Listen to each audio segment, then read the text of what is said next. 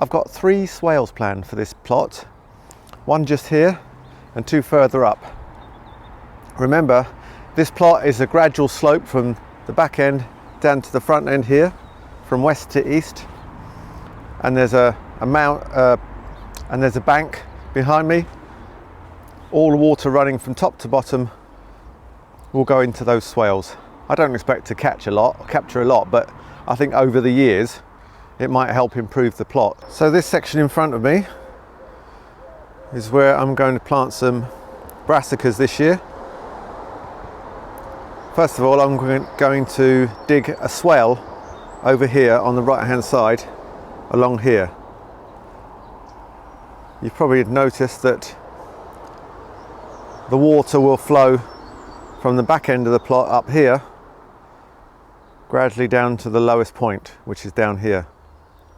So I'm hoping to help retain some of that water in this bed by digging a swale over here.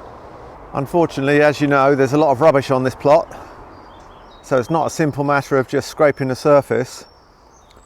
I've got to dig down and dig any bramble roots out, and also I'm bound to find a lot more rubbish.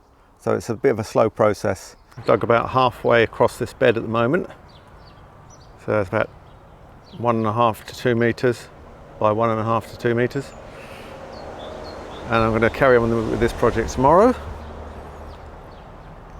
and dig as far as I can halfway around this pathway that I've started to prepare, and that's going to contain the swale. This section, small pathway containing the swale, which will catch the water as it comes down the hill from the slope above. So I don't know if you remember, anyone that's a regular watcher of my channel, there was a video that I put out a couple of months or so, or a few months or so ago, where I was starting to explore what was on that bank there before I constructed the terraced beds. And I came across some plant that I asked if anyone knew what it was. Well, I didn't know what it was at the time, but I do now. So I'm going to take you on to the bank and explain a little bit about what those plants were. So the video was called Plot 1 Progress Update. I might put a link in, but on this bank,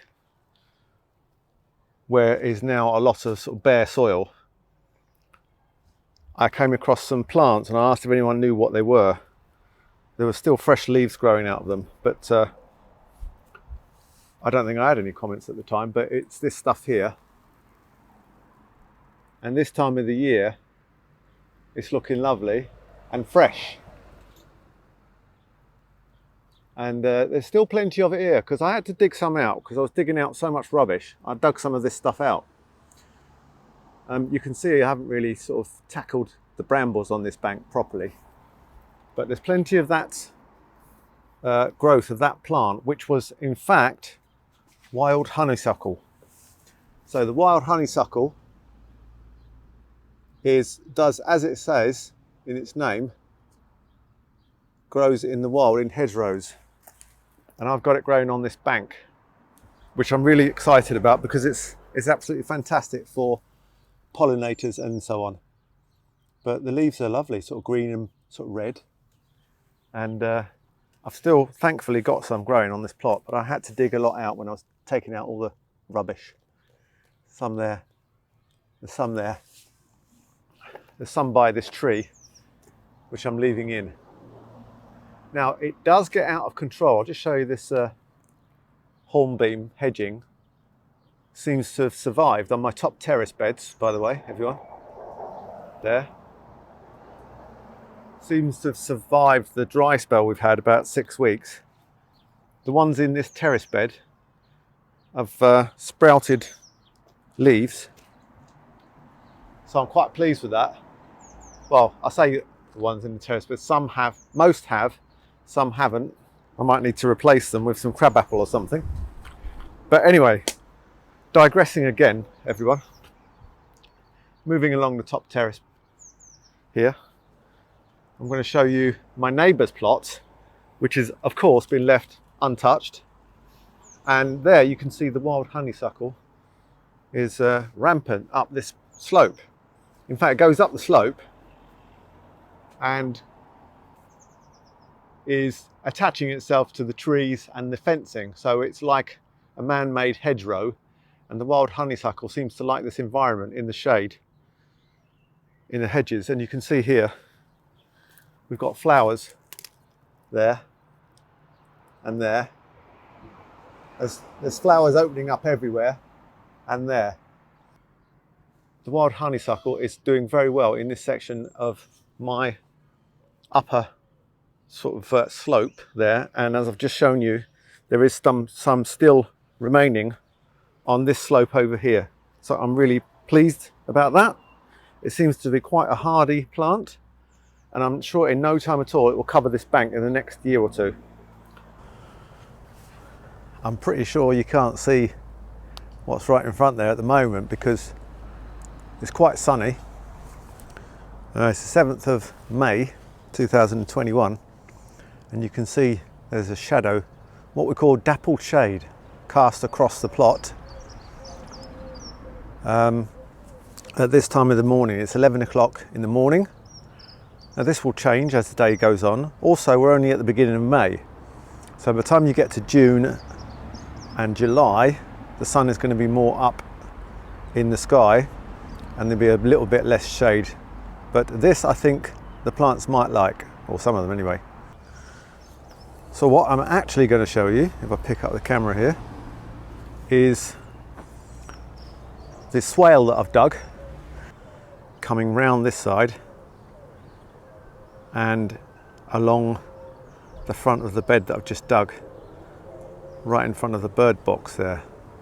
There's the bed I've just dug right in front of us, and there's the swale that is going to feed that bed with water, and the swale will come round here because we're on a corner plot, and as you can see, that's uphill towards the green grassy bank.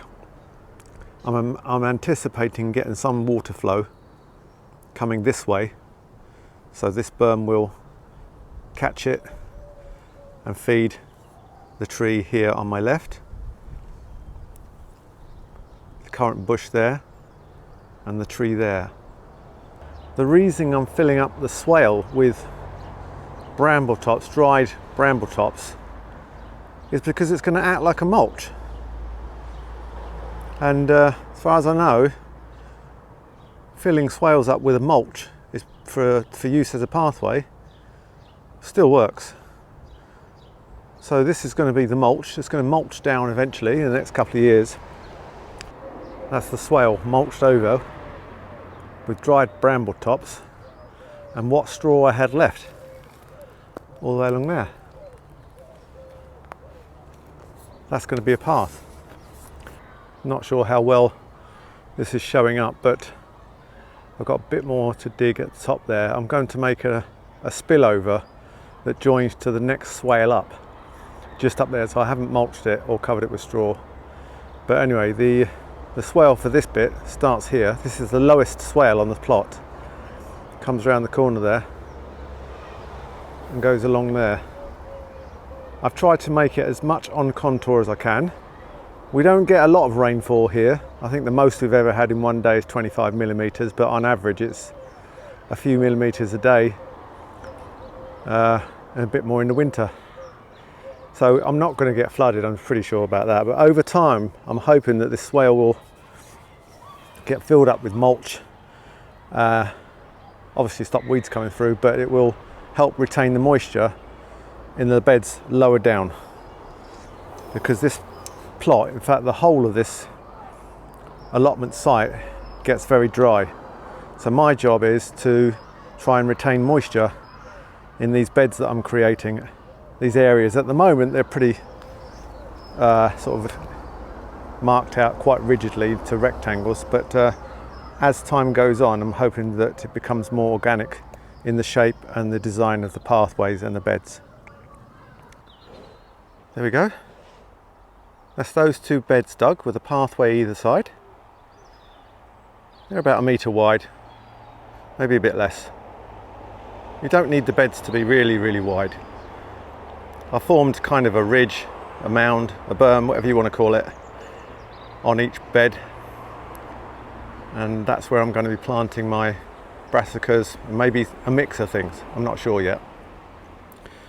But that means I've got 5 different beds that I can rotate if necessary each year. So my asparagus bed stays every year as long as they take off. Currently then I've got my onions, pathway, brassica bed 1, brassica bed 2, pathways in between, and then we've got the potatoes, 2 beds of potatoes over there. So that's 5 beds I've got, which I can rotate. Or I can plant something perennial on each one. For example, I've got perennial kale.